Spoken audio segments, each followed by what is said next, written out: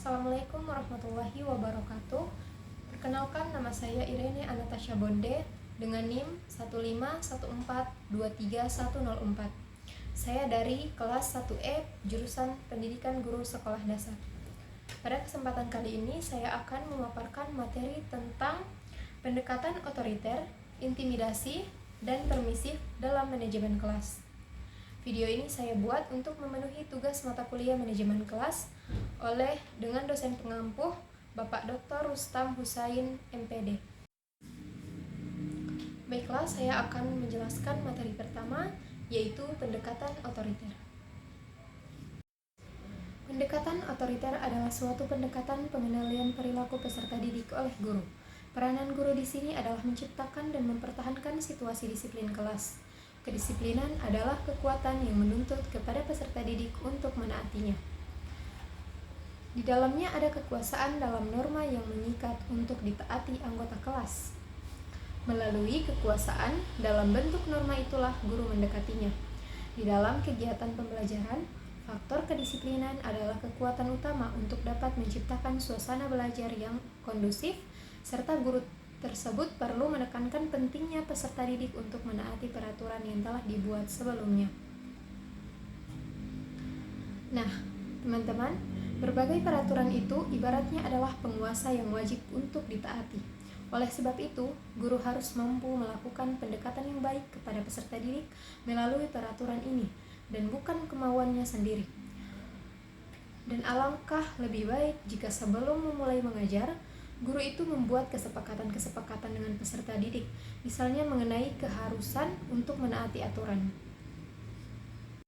Pendekatan otoriter menawarkan 5 strategi yang dapat diterapkan dalam manajemen kelas, yaitu 1. Menciptakan dan menegakkan peraturan adalah kegiatan guru menggariskan pembatasan-pembatasan dengan memberitahukan kepada peserta didik apa yang diharapkan dan mengapa hal tersebut diperlukan. Dengan demikian, kegiatan menciptakan dan menegakkan peraturan adalah proses mendefinisikan dengan jelas dan spesifik harapan guru mengenai perilaku peserta didik.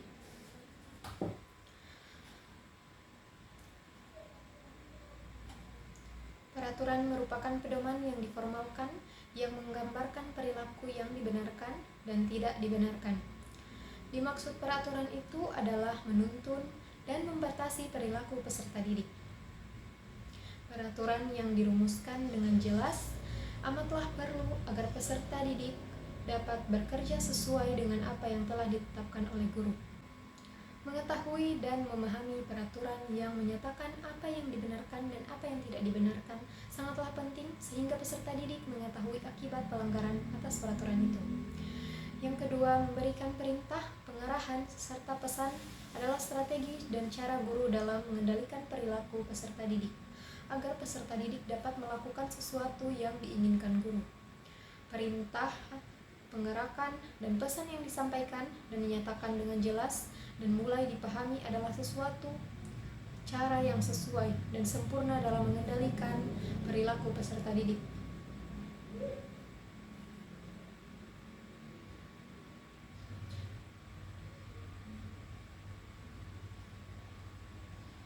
Yang ketiga, penggunaan teguran ramah adalah strategi manajemen kelas yang digunakan guru memarahi peserta didik yang berperilaku tidak sesuai, yang melanggar peraturan dengan cara lemah lembut,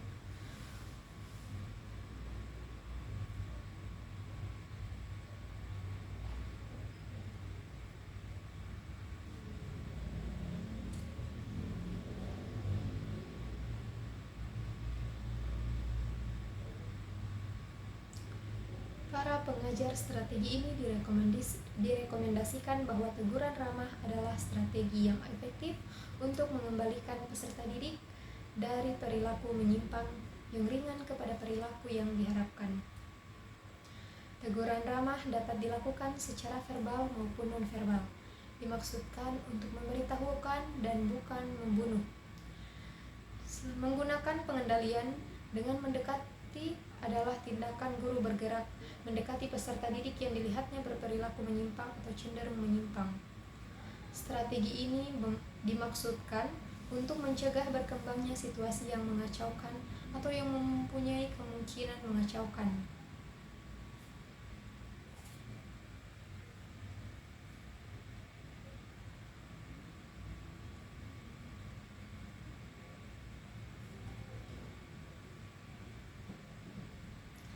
Tindakan itu tidak dimaksudkan untuk menghukum atau mengintimidasi.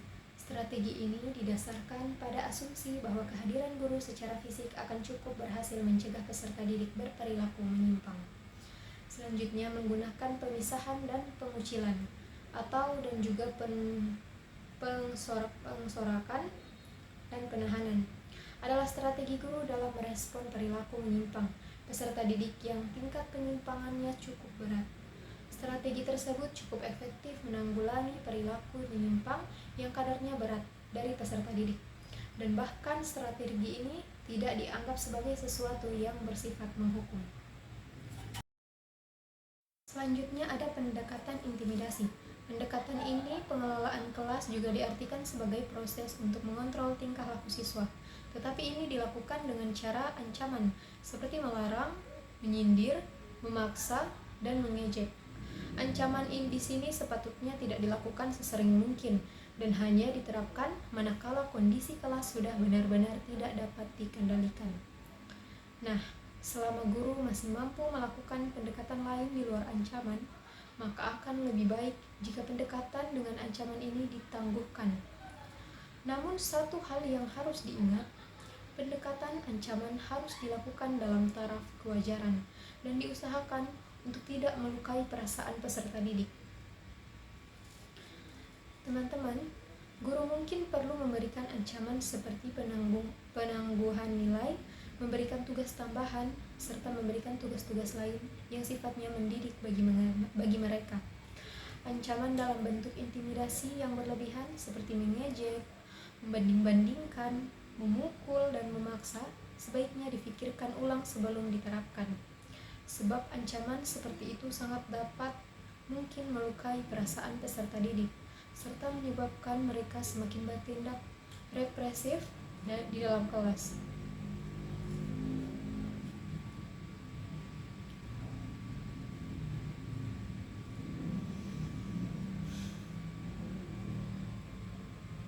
Sindiran halus juga dapat dilakukan oleh guru terhadap peserta didik yang kurang menaati aturan. Pendekatan intimidasi berguna dalam situasi tertentu dengan penggunaan teguran keras. Nah, teguran keras adalah perintah verbal yang keras yang diberikan pada situasi tertentu dengan maksud untuk segera menghentikan perilaku siswa yang menyimpangnya berat. Misalnya, guru memergoki dua peserta didik berkelahi, kemudian guru berteriak berhenti, dengan harapan setelah mendengar suara guru kedua peserta didik itu akan berhenti berkelahi. Nah, kehadiran guru membuat mereka takut karena mereka membayangkan akan memperoleh hukuman yang lebih berat. Nah, teman-teman, dengan demikian, pendekatan intimidasi hanya baik untuk menghentikan perbuatan yang salah berat dan segera. Apabila perbuatan salah itu selesai atau terhenti, maka tindakan intimidasi tidak akan seproduktif strategi lain. Kemudian ada pendekatan permisif. Pendekatan ini kurang menyadari bahwa sekolah dan kelas adalah sistem sosial yang memiliki peranata-peranata sosial. Dalam sistem sosial para anggotanya, dalam hal ini dan peserta didik menyandang hak dan kewajiban mereka diharapkan bertindak sesuai dengan hak dan kewajiban dan diterima oleh semua pihak. Perbuatan yang bebas tanpa batas akan memperkosa dan mengancam hak-hak orang lain. Disarankan agar guru-guru memberikan kesempatan kepada para peserta didik untuk melakukan urusan sedikit apabila hal itu berguna. Nah, urusan itu seperti para peserta didik memperoleh kesempatan secara psikologis, memikul resiko yang aman, mengatur kegiatan sekolah sesuai cakupannya, mengembangkan kemampuan memimpin diri sendiri, dan tanggung jawab sendiri. Nah, dengan demikian, guru harus dapat menemukan cara untuk memberikan kebebasan sebesar mungkin kepada peserta didik di satu sisi. Di sisi lain, tetap dapat mengendalikan kebebasan itu dengan penuh tanggung jawab.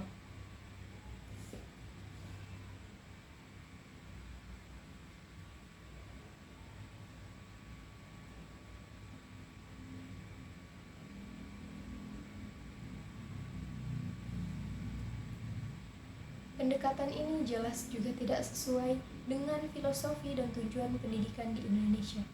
Pendekatan ini dapat menghasilkan anak didik yang serba tidak mematuhi aturan atau norma dan nilai-nilai budaya dan agama.